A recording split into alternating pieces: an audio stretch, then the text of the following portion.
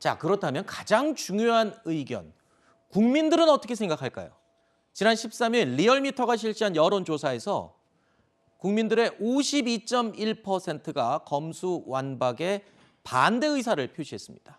자, 이 조사는 지난 13일에 실시된 건데요. 그러니까 어제 오늘 사이에 벌어진 헌정 사상 초유의 꼼수 탈당 사태 전에 실시된 거기 때문에 이 꼼수 탈당 이야기는 반영이 되지 않은 겁니다.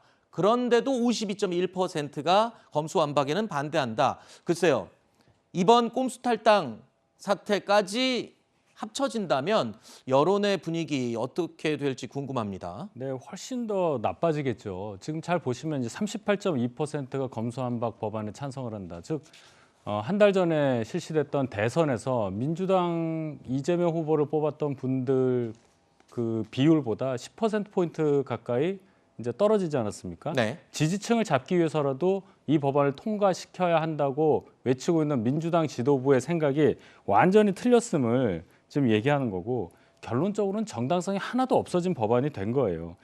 당장 그 20명 가까운 뭐 그 정도 민주당 의원의 사법 처리를 피하게 하기 위해서 이 난리를 쳐야 하느냐, 이 부분에 대해서 국민들을 의아해하는 거고, 또 하나 아까 김용민 의원은 검찰총장을 상대로 1년 동안 뭐 했냐고 막 호통을 치지 않았습니까? 네. 그럼 국민들은 되묻습니다. 그럼 지난 5년 동안 민주당은 뭘 했습니까? 이것에 대해서 민주당은 답을 해줘야 됩니다. 네. 이 검수완박의 이 가장 중요한 또 당사자이죠. 검찰은요, 지금 대국민 설득 작업에 힘을 쏟고 있습니다. 검수완박이 실제로 시행돼서 수사권을 다 뺏기고 그 수사권이 경찰로 모두 넘어간다면 정인이 사건 기억하시죠? 이 정인이 사건 같은 사례는 영영 밝히지 못하고 묻혔을 것이다라고 밝혔는데 이건 무슨 소리죠?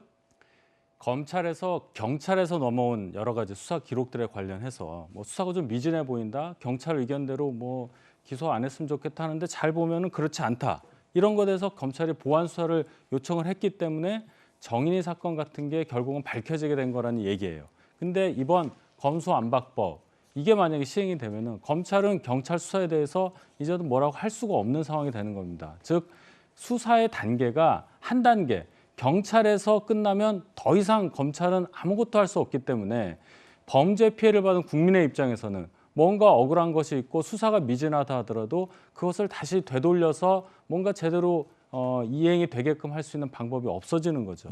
그것은 결국은 국민이 피해를 받는 것이라고밖에 볼 수 없습니다. 이렇게 허술한 개정안을 가지고 억지로 국회에서 통과시키려고 하는 이 검수완박 법안은 반드시 처리가 안 되고 다른 방향으로 더 개혁적이고 더 국민의 피해를 줄이는 방향으로 논의가 진행돼야 할 것입니다. 최근 온 국민들이 관심을 가지고 있었던 이른바 계곡살인 사건도 사실 경찰 수사에서는 혐의 없으므로 그냥 종결됐던 사건을 검찰이 다시 수사를 시작하면서 모든 게 드러난 그런 셈이죠. 비슷한 예로 볼 수 있습니까? 그렇습니다. 알겠습니다.